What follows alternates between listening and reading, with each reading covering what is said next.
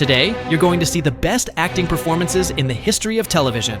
The ones where actors were immersed in their roles for up to 10 years, and in some cases, it psychologically broke them, causing depression, severe anxiety, even alcoholism. You're about to witness the most intense performances television has ever delivered. Nothing goes beyond this.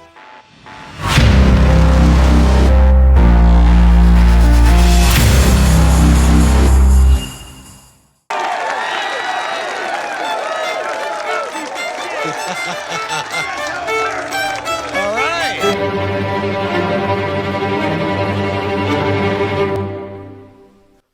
Homelander isn't just a villain. He is the perfect manifestation of narcissism, psychopathy, unchecked power, and a sick need to be loved at any cost.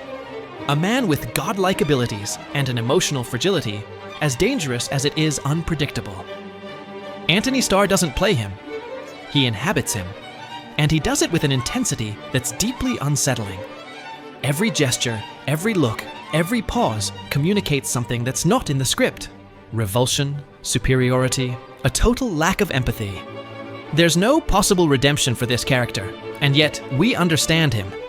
Because what's most terrifying isn't his strength, but his constant need to be loved, to control, to humiliate. Starr has admitted that the role has left scars. That it's not easy to disconnect from that darkness when the camera stops rolling. It's no surprise. Playing someone like that means leaving a piece of yourself behind. And what's left on screen isn't acting. It's a constant, contained, addictive threat. It's one of the most disturbing and brilliant performances ever seen on television.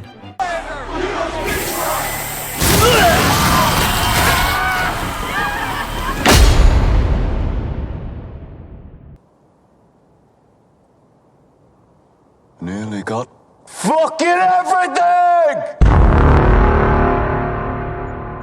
Thomas Shelby is no hero. He's not a villain either. He's a man constantly walking a razor's edge. Cold, calculating, impenetrable.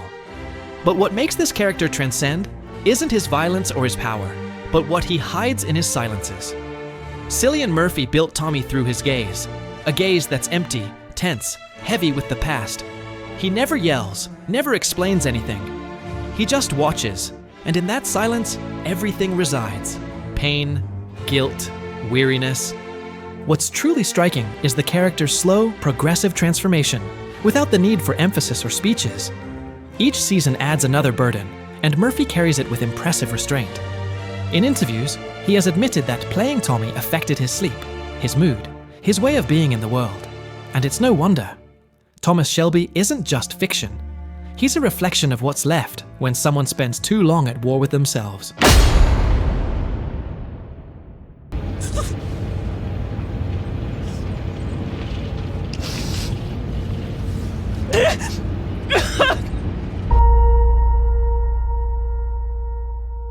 Kim Wexler is one of the most complex and fascinating characters in recent television. She doesn't need grand speeches or emotional outbursts. Everything important happens on her face, in what she chooses not to say. Rhea Seehorn plays her with surgical precision. Every decision, every pause, every evasive glance says more than any line of dialogue.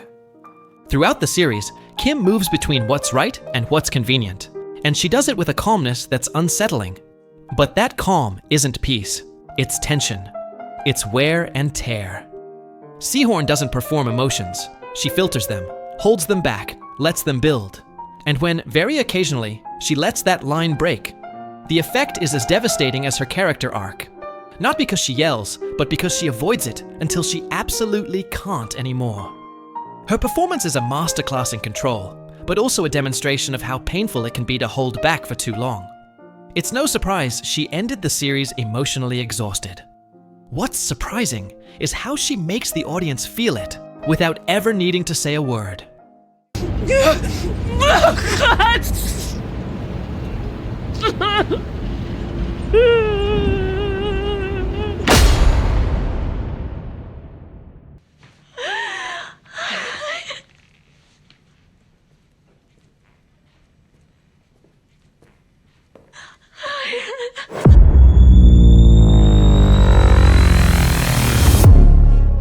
Carmela Soprano isn't just the tormented wife of a mobster or a passive victim.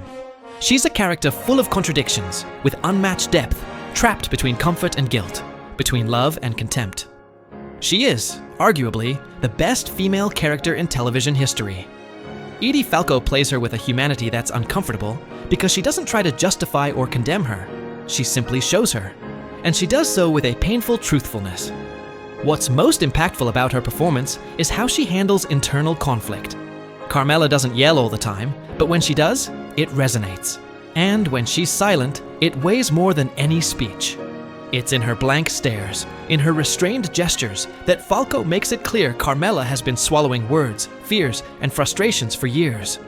Portrayed with astonishing realism. And when it all explodes, it doesn't feel like acting. It feels like a real collapse. Rarely has television portrayed such an honest depiction of what it means to live with violence, with self-deception, with love that turns into a prison. Who the fuck wanted it like this? Who the fuck pissed and moaned at just the idea of me with the fucking real estate? I did not do it. I did not kill Joffrey, but I wish that I had. Tyrion Lannister may seem like the show's comic relief. Intelligent, sarcastic, the guy who always has a brilliant line to diffuse any situation. But what Peter Dinklage built with this character goes far beyond that. Beneath that mask of wit is a man tormented and marked by scorn, by loneliness, by the constant need to prove his worth. And you can feel it in every word, but especially in every pause. The most powerful part of his performance isn't the speeches, though they are brilliant, but the cracks he reveals between one line and the next. The way he looks away when something hurts. The way he smiles when he really wants to disappear. Dinklage doesn't play Tyrion as a hero, nor as a victim. He plays him as a completely exposed human being. And that's what makes him unforgettable. There are moments when the character loses everything, yet he still holds on to something even harder to preserve. Dignity. And that's where Dinklage gives his best. Because he didn't just give a voice to the show's most beloved character, he gave him a soul. I wish I was the monster you think I am. And all for that asshole, Mr. White! He poisoned Brock! He poisoned Brock, and you helped him! Jesse Pinkman starts off as a stereotype, a troublemaker, lost, immature. But what Aaron Paul did with him was so much more. He turned him into the most human and tragic character in the series. As the world of Breaking Bad grew colder, Jesse was the one who kept feeling. And that's what ultimately destroyed him. Aaron Paul doesn't just act suffering. He carries it on his shoulders. He screams it. He represses it. He spits it out when he can't hold it in anymore. There are moments where he doesn't say a single word, but his breathing, his devastated gaze, his shrinking body speak louder than any line of dialogue. What Jesse loses over the course of the series can't be measured in deaths, but in pieces of himself. Paul has admitted that the character left scars, that there were scenes after which he needed hours to return to himself. And it's no surprise, because Jesse Pinkman is one of the most tragic characters in television history, and Aaron Paul played him with an intensity that made it feel like he was truly breaking apart himself. I have nothing! No one! Alright, it's all gone!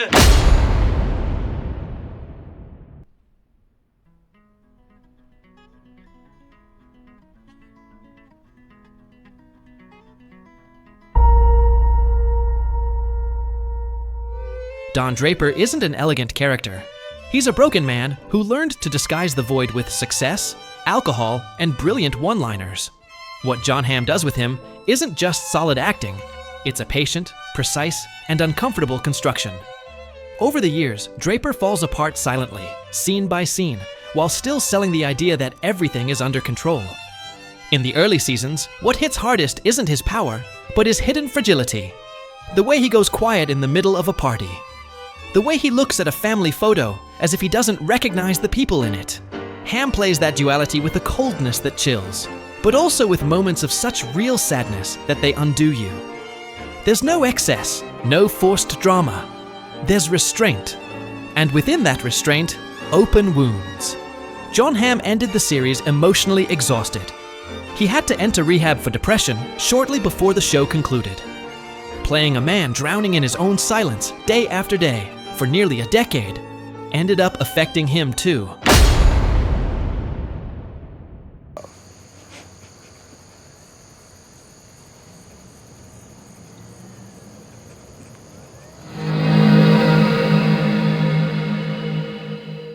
Rust Cohle isn't a detective. He's a specter. A man who speaks as if he's already lived too long.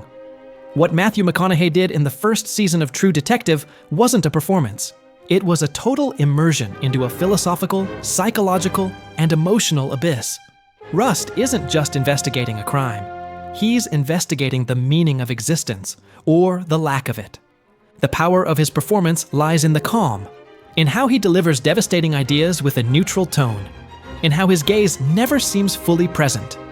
McConaughey built Rust from loss, trauma, extreme intelligence, and a sadness that's never spoken, but present in every second on screen. He's a character who doesn't yell, who doesn't need to prove anything.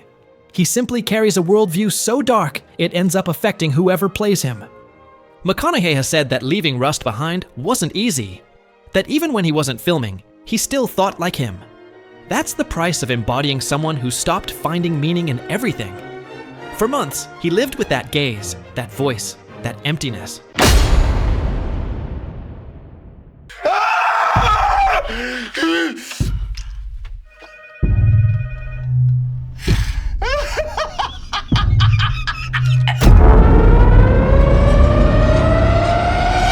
Walter White is, without a doubt, one of the most complex and disturbing characters television has ever given us. But what Bryan Cranston did with him goes beyond great acting. It's a complete transformation, not from one scene to the next, but of an entire life. From the first episode to the last, we see a man go from desperation to control and absolute sociopathy. And Cranston holds it all, absolutely everything, with a precision that's terrifying. He went from doing comedy to delivering one of the darkest and most intense roles in history. What's most unsettling about his performance is how he always keeps something human, even in the darkest moments. There's no clear line between victim and villain. Only decisions, glances, silences. Every word Walter says is loaded with contained resentment, with a desperate need to be respected, to not die a nobody. Cranston makes the audience understand someone who, deep down, doesn't deserve to be justified. I am the danger. A guy opens his door and gets shot, and you think that of me? No. I am the one who knocks. And then it all comes back.